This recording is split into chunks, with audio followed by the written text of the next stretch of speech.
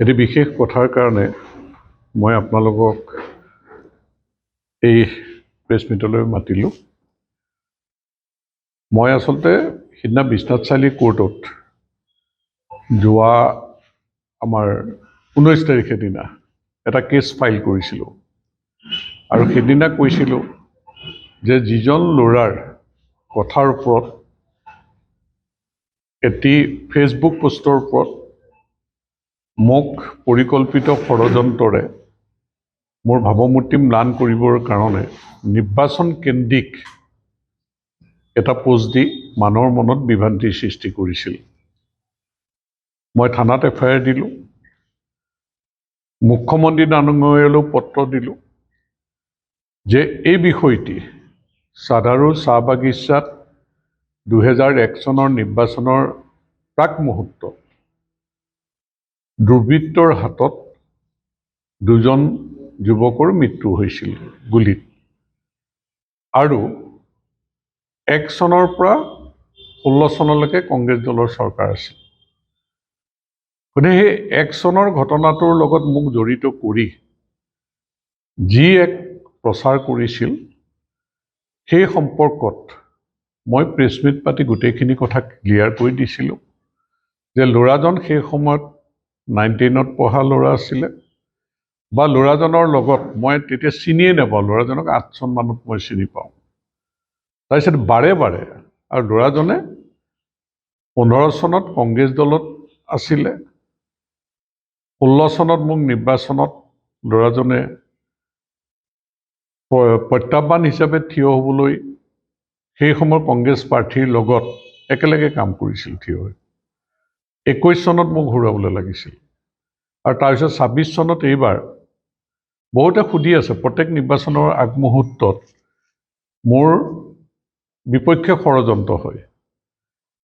দুদিনমান আগতে মোক কৈছিল এইবাৰ আপোনাৰ তেনেকুৱা একো শুনা নাই বা একো কৰা নাই, আৰু তাৰপিছত হৈয়ে গ'ল যোৱা 10 তাৰিখে এই পোষ্টটো দি দিলে। সাধাৰণতে ময়ো চক হৈছোঁ যে এইটো কি ঘটনা হ'ল।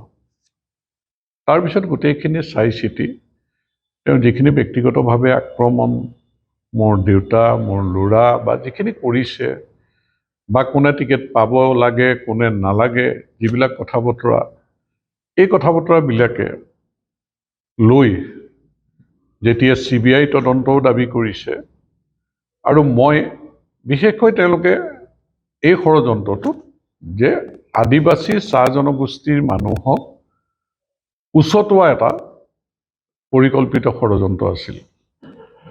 আৰু তেতিয়া মই চিধা থানাত FIR দিছিলোঁ, আৰু লগে লগে মুখ্যমন্ত্ৰী ডাঙৰীয়ালৈ মই এখন পত্ৰ দিছিলোঁ যে চৰকাৰী যিকোনো তদন্ত ব্যৱস্থা ইনক্লুডিং CBI জৰিয়তে তদন্ত কৰিব লাগে, মই কপাৰেট কৰিম। আৰু এই বিষয়টোৱে যিহেতু মানুহৰ মনত বিভ্ৰান্তিৰ সৃষ্টি, চাহ বাগিচা আদিবাসী মানুহৰ মাজতো এটা বিৰূপ প্ৰতিক্ৰিয়া কৰিবলৈ ষড়যন্ত্ৰ কৰিছে, গতিকে ইয়াৰ এটা ন্যায় তৎকালেই দিব লাগে। আৰু তাৰ পিছত মই কৈছিলোঁ যে ডিফৰ্মেশ্যন কেছ কৰিম, আৰু মই সেইমতে হাইকোৰ্টৰ এডভোকেটৰ জৰিয়তে বিশ্বনাথ চাৰিআলি কোৰ্টত যোৱা 19 তাৰিখে এটা মানহানি গোচৰ দিলোঁ। আৰু লগে লগে যিহেতু এই কথাটোৱে মোৰ আগত আছে 9 এপ্ৰিলত ইলেকশ্যন, গোটেই কথাটো যিহেতু নিৰ্বাচন কেন্দ্ৰিক, এনেধৰণৰ কথা বতৰাই মানুহৰ মনত বিভ্ৰান্তিৰ সৃষ্টি কৰিব পাৰে, সেইকাৰণে মই আবেদন জনাইছিলোঁ যে এই বিষয়টো সম্পৰ্কত যাতে এনেধৰণৰ বিভ্ৰান্তিমূলক বক্তব্য ৰাখিব নোৱাৰে। আৰু কোৰ্টে এটি অৰ্ডাৰ যোৱাকালি পাছ কৰিছে, আৰু মই আপোনালোকলৈ আগবঢ়াই দিছোঁ যে ইয়াত শেষৰ কথাটো মই কৈছোঁ যে এই বিষয়টোৰ ওপৰত any statement, remark, publication, news article against the petitioner, মানে মই, যে এইটো আনটিল ফাৰ্ডাৰ অৰ্ডাৰ এই বিষয়টোত কোনো ধৰণে তেওঁলোকে সামাজিক মাধ্যম যিকোনো সংবাদ মাধ্যম সি প্ৰিণ্ট মিডিয়াই হওক ইলেক্ট্ৰনিক মিডিয়াই হওক বা যিকোনো মানে পৰ্টেলেই হওক বা যিকোনো প্ৰচাৰ মাধ্যমৰ জৰিয়তে তেওঁলোকে এই বিষয়টোত কোনো ধৰণে বক্তব্য ৰাখিব নোৱাৰিব আনটিল ফাৰ্ডাৰ অৰ্ডাৰ যেতিয়ালৈকে কোৰ্টে জাননী নিদিয়ে। গতিকে এই অৰ্ডাৰটো আজি আপোনালোকৰ ওচৰত মই দিছোঁ। মই কিন্তু কৈছিলোঁ যে এই বিষয়টোৰ ওপৰত আৰু মই বক্তব্য নাৰাখোঁ, কিন্তু যোৱাকালি যিহেতু কোৰ্টে এই অৰ্ডাৰটো দিলে গতিকে মই আপোনালোকক আজি এই অৰ্ডাৰটো দিলোঁ।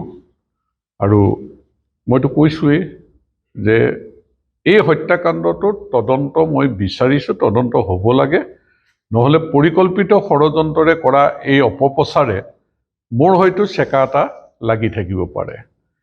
গতিকে প্ৰকৃত ঘটনা পোহৰলৈ আহিব লাগে আৰু মোৰ বিপক্ষে নিৰ্বাচনৰ আগমুহূৰ্তত কৰা ষড়যন্ত্ৰটো কোননো জড়িত। মই কৈছোঁ যে কংগ্ৰেছ দল জড়িত বুলি মই নিশ্চিতভাৱে কৈছোঁ, কাৰণ কংগ্ৰেছ দলৰ মানুহ কোনে কোনে লাইক কৰিছে, শ্বেয়াৰ কৰিছে। কংগ্ৰেছ দলৰ স্প'ক্স পাৰ্চন, কংগ্ৰেছ দলৰ মিডিয়া চেলৰ অধ্যক্ষই লাইক কৰিছে।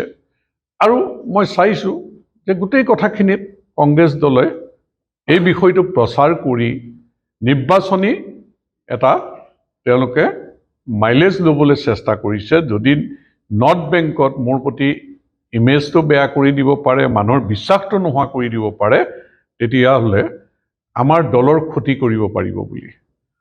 আৰু লগতে এনেকুৱাও এটা প্ৰচাৰ কৰিছিলে, কাৰণ আপোনালোকে জানে যে অসমৰ মাননীয় মুখ্যমন্ত্ৰী তেখেত ৰাইজৰ মাজলৈ গ'লে কেনেকুৱা হয়, মামা মামা বুলি চিঞৰি যোনে হৈ চেলফি ল'বলৈ আহে। তেখেতৰ জন্মদিন বা বিহুত এই জন্মদিনৰ দিনা এই ল'ৰাজন তেখেতৰ বাসভৱনৰ সন্মুখত গৈ এটা চেলফি লৈছে। চেলফি লওঁতে কেতিয়াও মুখ্যমন্ত্ৰীয়ে নোসোধে তোমাৰ ঘৰ ক'ত, কি কথা, তুমি আমাৰ পাৰ্টি হয়নে নহয়, কোন পাৰ্টি, কেতিয়াওতো নোসোধে। আৰু এখেতৰ লগত চেলফি উঠা কেনেধৰণৰ, কোনো অসমৰ মুখ্যমন্ত্ৰীৰ লগত মানুহে ইমান কাষত চাপিব নোৱাৰে বা চেলফি টেলফি লোৱাৰ প্ৰশ্ন নাহে। সেই ফটোখন লৈ বুজাবলৈ বিচাৰে যে তেওঁ মুখ্যমন্ত্ৰীৰ ঘনিষ্ঠ বিজেপি, আৰু তাকে মাৰ্কেটিং কৰিছে কংগ্ৰেছ দলৰ স্প'ক্স পাৰ্চনকে ধৰি বিষয়ববীয়াই ফটোও কথা কয়। তাৰমানে মই ভাবি ল'ব লাগে নেকি যে মুখ্যমন্ত্ৰী ডাঙৰীয়া ঘনিষ্ঠ। যিটো সস্তীয়া ৰাজনীতি কৰিছে, এই সস্তীয়া ৰাজনীতিটোৰ মই আপোনালোকক কথাটো অৱগত কৰিলোঁ। আৰু এই ল'ৰাজন হ'ল, সকলো কথা পোহৰলৈ আহিব, এই ল'ৰাজন কংগ্ৰেছ দলৰ তেওঁ দায়িত্বটো আছিলে যুৱ কংগ্ৰেছৰ। সেইবিলাক ফটো চটো তথ্য আছে, মই কোৰ্টত সেইবিলাক দাখিল কৰিম।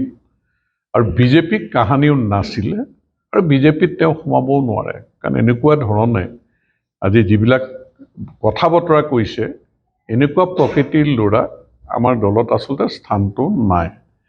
গতিকে সেইকাৰণে আজি এই কথাকেইটা পোহৰলৈ আহিব খুব সোনকালে, কাৰণ 10 এপ্ৰিলত দিছেই নহয়, কোৰ্টে তাৰিখেই দিছে 10 এপ্ৰিলত। আৰু পলাই কিমান দিন থাকিব কথাটো কৈ এতিয়া বৰ্তমান তেওঁক বিচাৰি অসমৰ 2-এখন জিলাত তেওঁ ঘৰত পুলিচে বিচাৰিও আছে, আৰু অসমৰ বাহিৰতো তেওঁ থকাৰ খবৰ পাইছে। গতিকে সেইখিনি পুলিচৰ হাতৰ পৰা তেওঁলোক সাৰি যাব নোৱাৰে। তেওঁ নিশ্চয় কম দিনৰ ভিতৰত ধৰা পৰিব, আৰু সকলো কথা মই ভাবোঁ যে পোহৰলৈ আহিব।